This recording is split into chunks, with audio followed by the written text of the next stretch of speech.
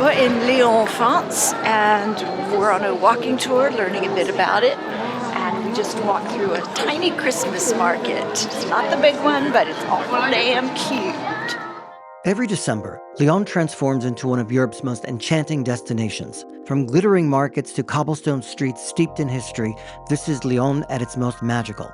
And for 4 special nights, the Festival of Lights illuminates the city in a spectacular display that draws millions from around the world. But Lyon offers so much more than dazzling lights.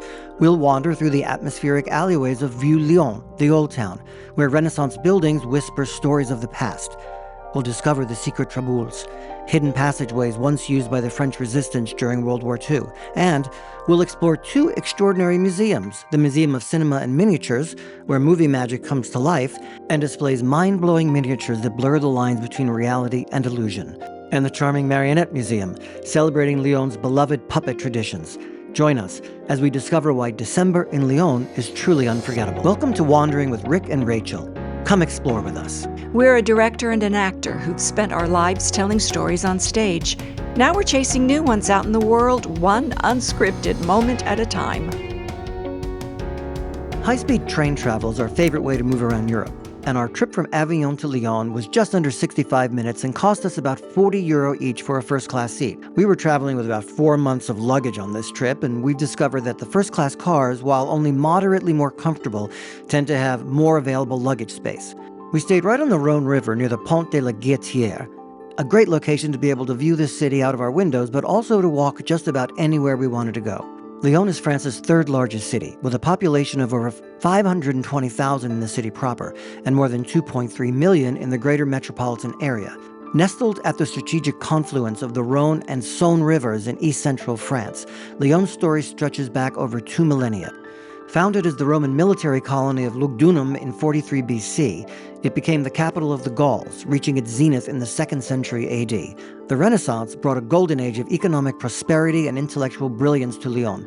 By the 17th century, it had become the silk manufacturing capital of Europe, an industry that shaped the city's architecture and culture. This is also where the Lumières brothers pioneered cinema in 1895, forever linking Lyon to the birth of motion pictures. There's a museum here dedicated to them, and we suggest a visit. Today, Lyon is renowned worldwide for its exceptional gastronomy and is recognized as a major trading and financial center. Parts of the city, including Vieux Lyon and Fourviere Hill, are designated UNESCO World Heritage Sites, preserving layers of history from Roman ruins to Renaissance palaces. The Fête de Lumières is more than just a light show. It's a cherished Lyon tradition that has captivated the world. The story begins on December 8, 1852, when the people of Lyon were preparing to inaugurate a statue of the Virgin Mary atop Fourviere Hill. Originally scheduled for September, flooding had postponed the celebration until December. But when another storm threatened to cancel the festivities, something magical happened. The skies miraculously cleared. In a spontaneous outpouring of gratitude to Mary, residents placed candles called Lumières in their windows, creating a sea of flickering light across the entire city. A beautiful tradition was born. For the past 25 years, that simple gesture has evolved into France's most important light festival. When we were there in 2024, 32 artistic works transformed 28 sites, spreading from the Renaissance alleyways of Vieux Lyon to the grand boulevards, from historic squares to expansive parks. Around 2 million visitors descended upon the city to witness this extraordinary spectacle. From monumental projections on the Fourviere Basilica and other buildings to interactive installations in the streets, every corner of Lyon became a canvas for light artists from around the world. Each December, for 4 magical nights, Lyon reminds us why it's known as the capital of lights. A tradition of gratitude transformed into an unforgettable celebration of creativity, innovation, and community.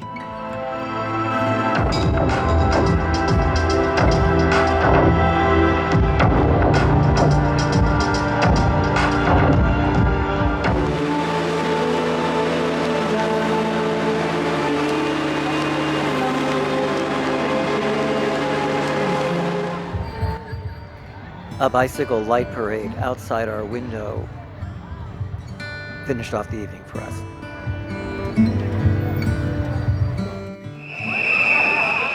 But there was also this.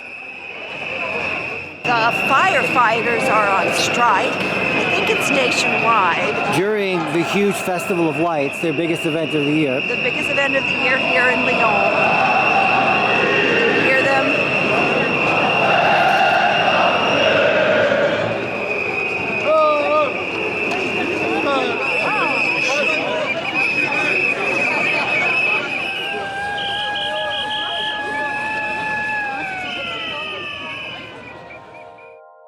When exploring a city as complex as Lyon, there's no substitute for a knowledgeable local guide.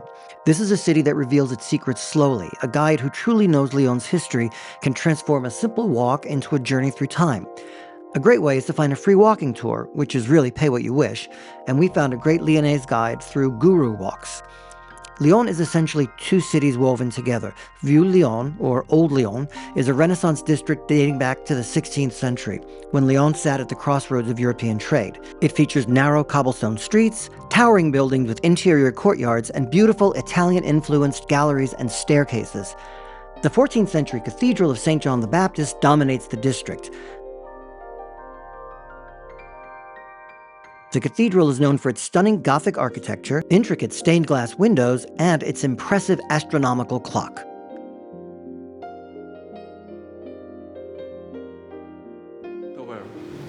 It's very famous in Lyon. I guess if you Google Lyon before coming, you found a picture of this tower on TripAdvisor or something. We call it the Pink Tower because it's a pink tower, right? That's it. Quite simple, right? Famous, I told you. On the left, on the right, it's full of Airbnbs nowadays. Actually, the old town, Vieux Lyon, is the touristic part of Lyon, you can imagine. Just across the Saône River lies the Presqu'île, the peninsula between Lyon's two rivers. This is the new town, developed in the 18th and 19th centuries with grand boulevards, elegant architecture, and the monumental Place Bellecour, one of Europe's largest pedestrian squares. As you wander, you'll encounter Lyon's remarkable public art. On Place Bellecour stands a copper statue created by Lyon sculptor Christian Guillaubet, depicting author Antoine de Saint-Exupéry and his little prince seated atop a white marble column. Along the banks of the Saône, you'll discover another thought-provoking sculpture, The Weight of Oneself. Created by artists Michael Elmgrim and Ingard Dragset, it shows a man carrying his identical double, becoming both his own savior and his own burden. Positioned deliberately in front of the Palais de Justice, it symbolizes civic and individual responsibility. But Lyon's most fascinating hidden treasures are the Traboules, secret passageways that wind through buildings, connecting one street to another. Dating back to the 4th century, these passages were originally designed to allow residents quick access to the Saône River for fresh water. Later, during Lyon's silk trade boom, the Canuts, the silk workers, used these covered walkways to transport delicate fabrics across the city, protecting them from rain and dirt. Around 400 Traboules exist throughout Lyon, with about 50 passageways still open to the public. The doors are marked very discreetly. It's best to pick up a map. Or, as our guide told us, you can just push on a door and see if it opens. But these weren't just practical passages. They helped shape history. In the 1830s, Lyon's silk workers used them to reach the town below during one of history's first industrial uprisings, temporarily taking control of the city. Then came World War II. Lyon became both a Nazi stronghold, housing Gestapo headquarters under the brutal Klaus Barbie, also known as the Butcher of Lyon, and simultaneously the beating heart of the French resistance. Resistance fighters used the Traboules to evade capture by the Nazis. They allowed them to share important messages and to deliver weapons, and prevented Germany from taking total control of the city. Jean Moulin, the legendary resistance leader, worked from an office just steps from a Traboule exit. We recommend you visit the Resistance Museum, housed in the former Gestapo headquarters, which tells the incredible story of Moulin and other resistance heroes. Walking through these pathways isn't just sightseeing. It's walking in the footsteps of silk workers, revolutionaries, and heroes who risked everything for freedom. The fancy shop over there. And I told you, in the old town, push doors, push button, whatever, to find Traboules, right? Here. Don't do that, huh? You will end up in jail straight, right? This is them. Lyon is renowned for its over 100 giant trompe-l'oeil murals found throughout the city. This is one of the most significant examples, depicting 30 historical and contemporary famous Lyonnaise figures, including the Lumières brothers, Antoine de Saint-Exupéry, and Chef Paul Bocuse. We are at the Museum of Cinema and Miniatures in Lyon. Supposedly, this is the car from Harry Potter and the Chamber of Secrets. Or Herbie the Love Bug. Herbie the Love Bug. C-3PO. So apparently, we were told this was the original C-3PO? Probably one of them, but I seriously doubt the original's sitting outside. But we don't know. What do we know?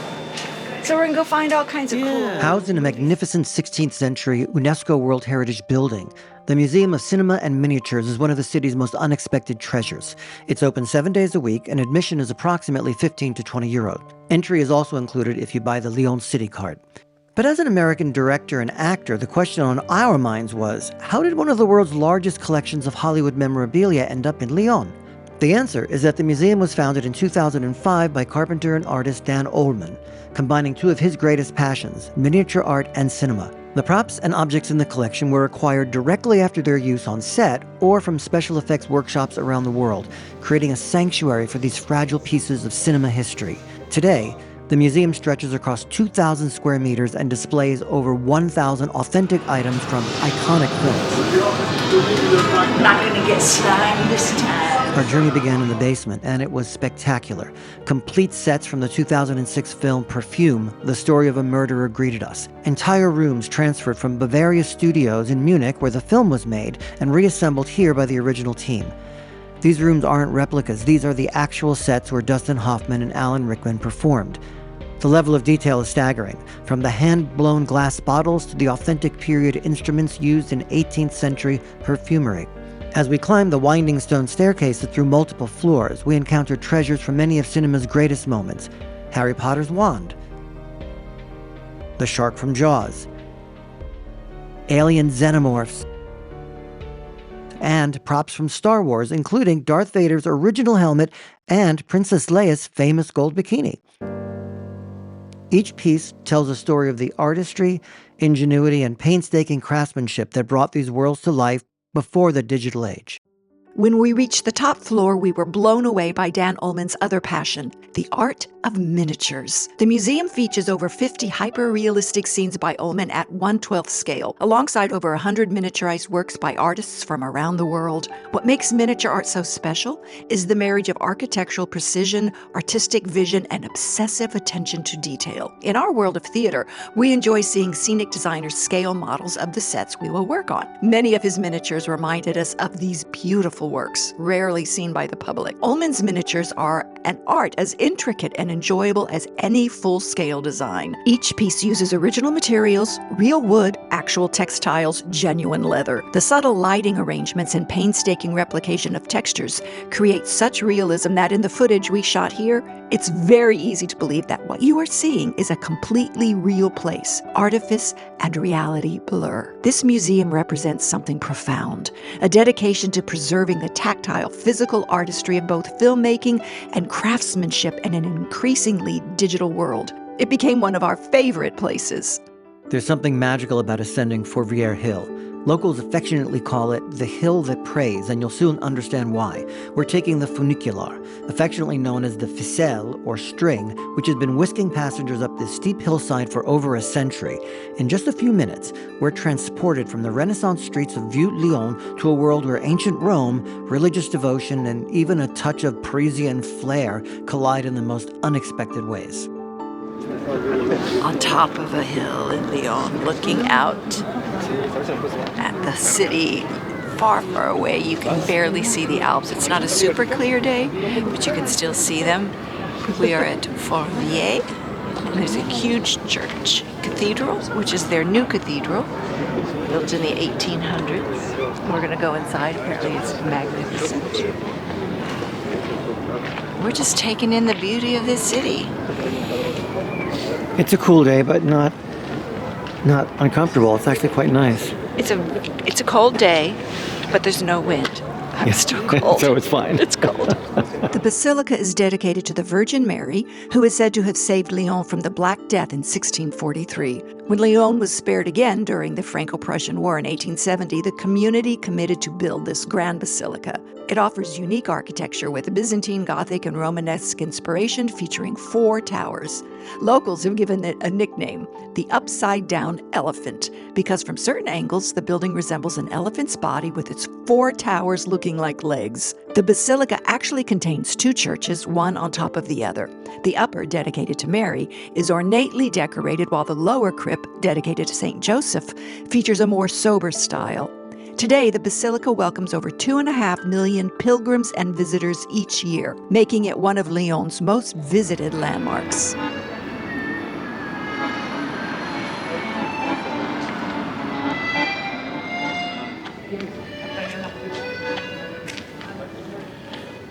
Did you see the Eiffel Tower? Why does Lyon have its own mini Eiffel Tower? The story reveals a battle of ideology.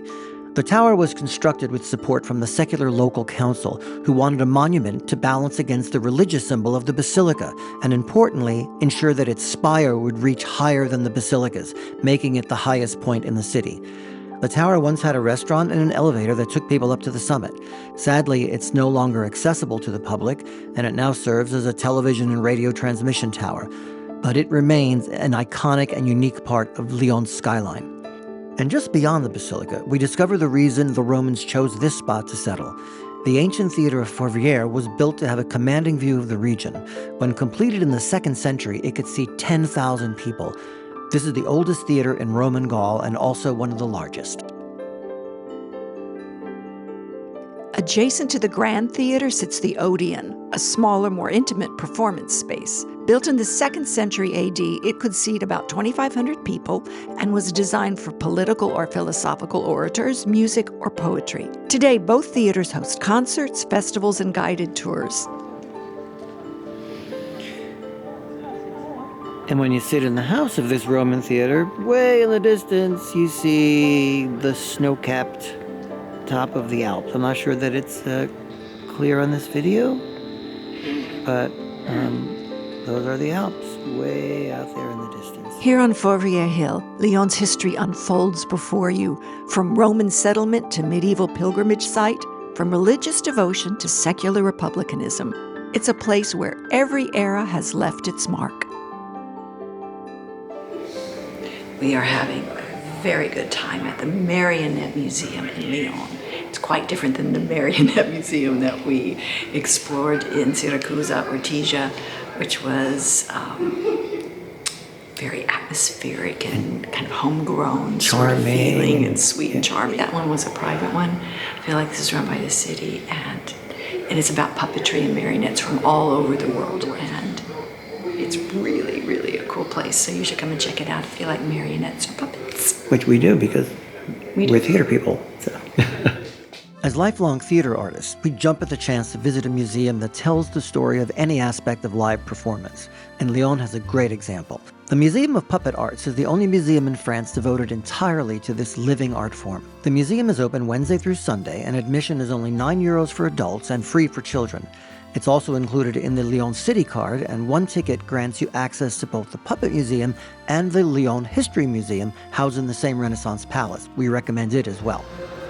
Make it so. You think he looks like Picard? I think he does.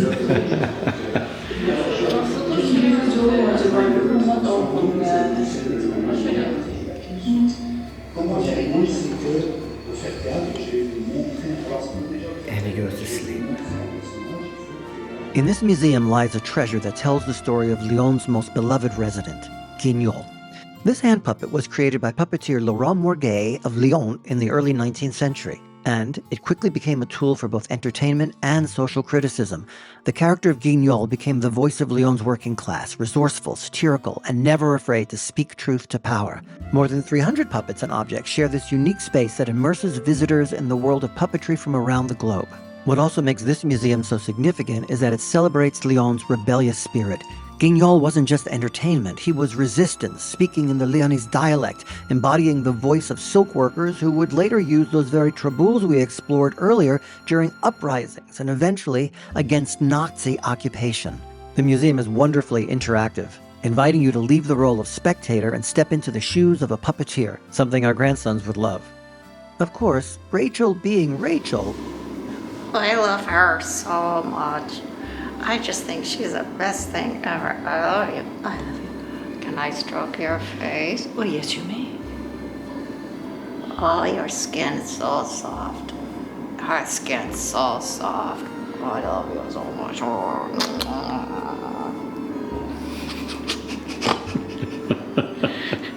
Rick, you are a lucky man. Whatcha, whatcha, whatcha. Ha.